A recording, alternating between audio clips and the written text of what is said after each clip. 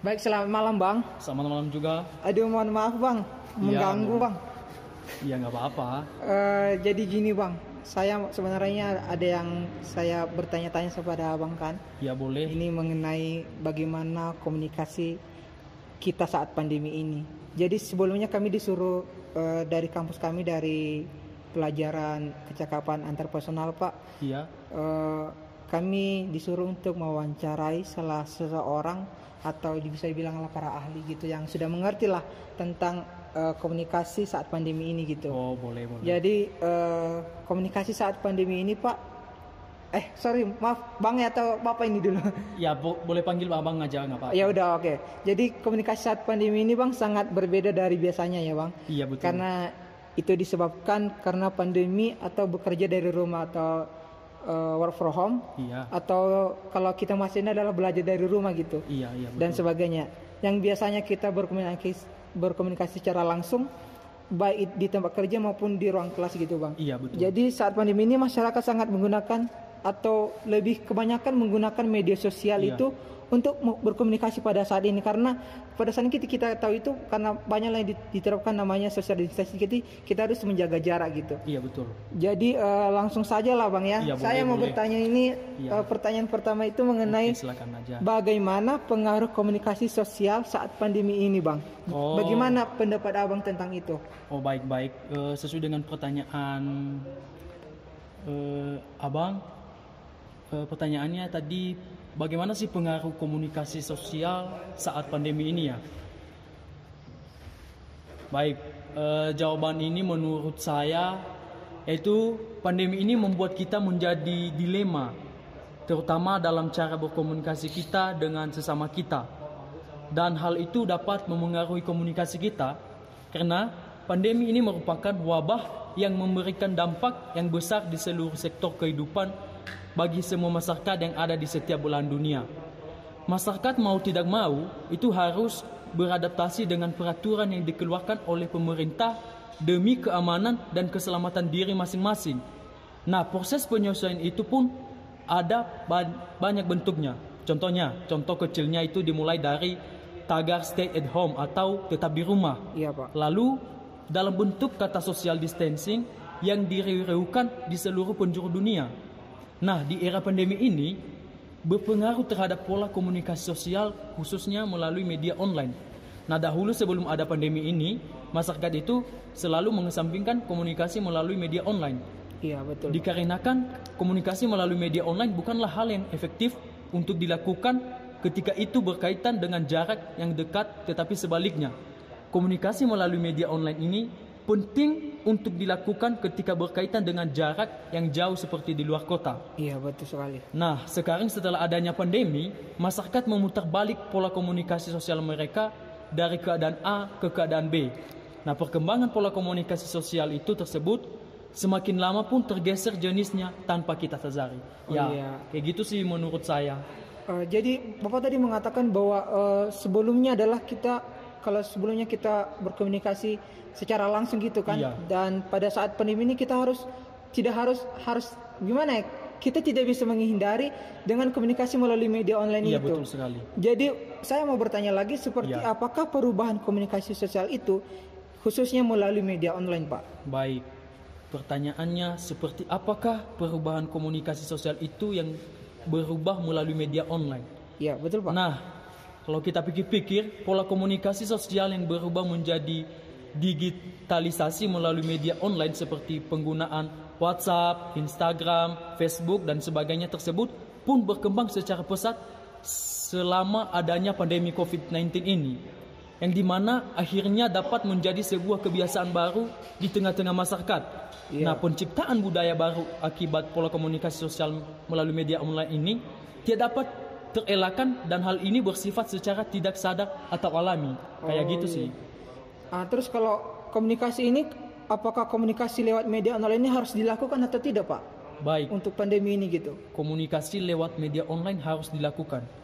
Ya, memang benar bahwa komunikasi dengan perantaraan media online merupakan hal yang harus dilakukan dan tidak dapat dihindar di era pandemi COVID-19 ini. Karena satu hal yang bisa mengganti komunikasi langsung ialah melakukan komunikasi mengandalkan media online. Laju perkembangannya pun tidak dapat dihentikan. Iya betul. Nah, karena keadaan dunia telah berubah, yaitu sudah mengglobalisasi dan digitalisasikan segala aspek kehidupan. Nah, sehingga perkembangan pola komunikasi sosial melalui media online ini akan terus terjadi sepanjang masa, baik itu di era pandemi COVID-19 maupun di era sesudahnya.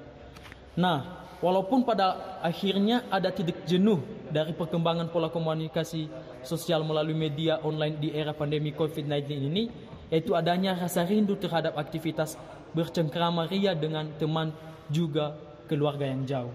Kayak gitu sih, Pak. Baik Pak, terima kasih atas jawabannya terlebih dahulu juga. Nah terus Bapak tadi pada akhirnya tadi Bapak bilang ada rasa jenuh gitu Iya, kan, ada rasa jenuh. Jadi saya mau bertanya bagaimana caranya ya Pak menjaga komunikasi tetap efektif di tengah rasa jenuh itu dengan suasana di rumah gitu. Contohnya saya mau bertanya contohnya ini dengan di rumah aja lah Pak, hal kecilnya tanya dulu. Bagaimana kalau di rumah itu kita memiliki rasa jenuh dalam bidang komunikasi, apa yang harus kita lakukan Pak? Atau trik atau tips untuk saya atau untuk teman-teman nanti para pendengar gitu Pak? Baik, tips atau cara mengatasi rasa jenuh, contohnya tadi hal kecil di rumah. Di rumah baik gitu Pak. Kalau kita merasa jenuh, kita coba untuk berkomunikasi orang terdekat Anda. Oh ya, orang dekat. Keluarga gitu tapi ya, Pak. ingat, Anda harus melakukan dengan komunikasi yang menyegarkan, yang bisa menghibur suasana, yang dapat menghilang rasa jenuh, kayak gitu Pak. Atau komunikasi dengan bercanda tawa, dan pastikan bahwa komunikasi Anda pasti tidak jenuh gitu. Tidak jenuh komunikasi Anda, tidak jenuh. Jadi saling berhubung gitu. Saling berkomunikasi gitu, saling merespon gitu. Saling merespon. Tapi dan nanti pasti ujungnya nanti ini menggunakan media online lagi nih Pak. Iya, harus menggunakan media online sebenarnya. Atau kalau bosan terus main HP gitu ya, main gitu. Yang gitu penting bisa sih, menghibur gitu. Yang penting terhindar dari rasa jenuh gitu. Kayak Oke, baik Pak. Nah, terakhir ini Pak, saya mau bertanya ini ya. Kita tadi udah bahas mengenai komunikasi gitu. Bagaimana pengaruh komunikasi saat pandemi ini gitu.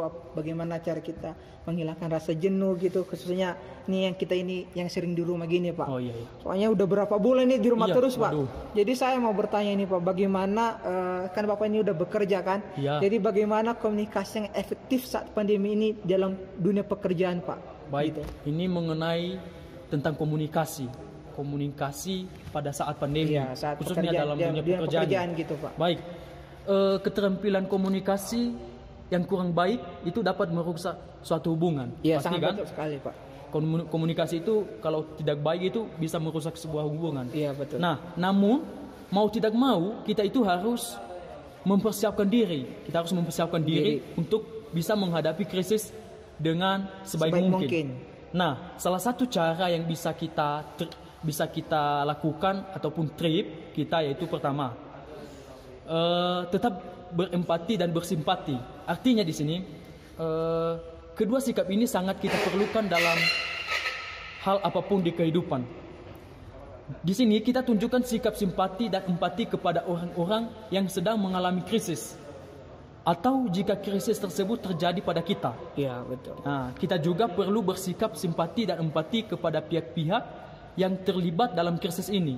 Dalam hal ini, kita itu harus menunjukkan bahwa kita dan pihak kita sangat memahami dan mengetahui hal-hal apa saja yang sedang kita pertaruhkan. Iya. Dan yang kedua di sini yaitu adanya tanggung jawab. Iya betul, tanggung jawab. Iya, betul, artinya ini kita itu menerima segala tanggung jawab atau kewajiban yang kita miliki. Jadi ketika kita krisis datang menghampiri kehidupan pekerjaan kita, nah di sini kita jangan lari, kita jangan putus asa. Kita harus hadapi semuanya dengan tenang dan ingatlah bahwa kita itu memiliki tanggung jawab untuk menyelesaikan semua krisis ini. Di dalam hal ini kita itu harus perlu bertanggung jawab dan meminta maaf kepada semua pihak yang terlibat. Iya betul. Nah, kita juga jangan lupa untuk menyatakan fakta-fakta yang paling relevan di awal pergerakan kita dalam menghadapi sebuah krisis. Dan yang ketiga ini adalah memberikan respon. Iya. Nah, di sini ada beberapa tahap komunikasi yang harus dipenuhi untuk mencapai komunikasi efektif selama masa pandemi. Nah, di mana salah satunya adalah memberikan respon. Itu harus ada respon, harus ada hubungan antara sesama. Nah, masih berkaitan dengan memberikan perhatian penuh, memberikan respon akan membuat seseorang merasa didengarkan dan dihargai keberadaannya. Nah, jika kamu tidak memberikan respon, nah ini ya, jika kamu tidak memberikan respon atau cuek terhadap komunikasi yang dilakukan oleh orang lain, maka ingat, komunikasi yang sedang terjadi menjadi tidak efektif. Iya. Kayak gitu Pak, menurut Iya, saya. berarti kita harus memberikan respon ya Pak. Iya. Terus kita harus juga berempati dan bersimpati Iya, gitu. itu aja. Dan tanggung jawab yang diberikan Iya, kepada tanggung kita jawab. dalam pekerjaan kita harus menanggungnya sendiri kita, atau kita menyelesaikan tanggung jawab Iya, tersebut ya menyelesaikan Pak. tanggung jawab. Iya, sangat-sangat bagus ini. Terus terakhir nih Pak. Oh, boleh. Sebelum Ya, kita mengakhiri pembicaraan kita ini, Iya. jadi mudah-mudahan nanti ini ada pendengarannya gitu Pak. Soalnya ini sangat penting, sangat bagus untuk memberikan wawasan kepada para pendengar atau pada teman-teman saya nanti di kelas atau gitu ya Pak.